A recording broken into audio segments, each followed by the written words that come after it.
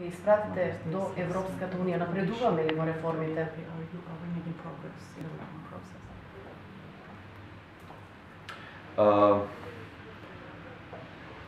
This is a process, as you said yourself, and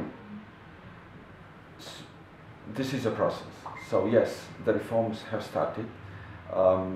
We see changes happening. There is a Plan 369.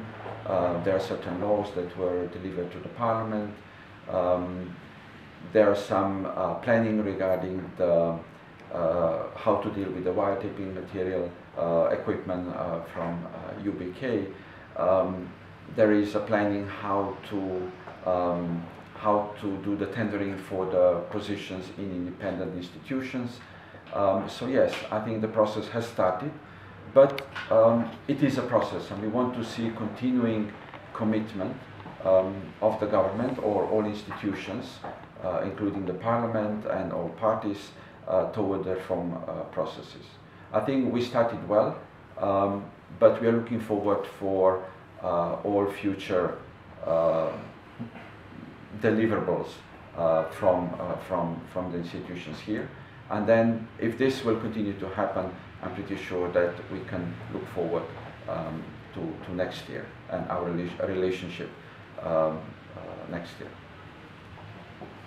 Значи, први ми сакам да подлечам дека ова е процес, како што сами вие рековте, да реформите или процесот на реформи веќе е започнат во вашата земја. Ние веќе гледаме дека промени се случуваат во земјата, значи имаме еден план наречен 369, неколку закони веќе беа испорачени, тоест усвоени во рамките на собранието.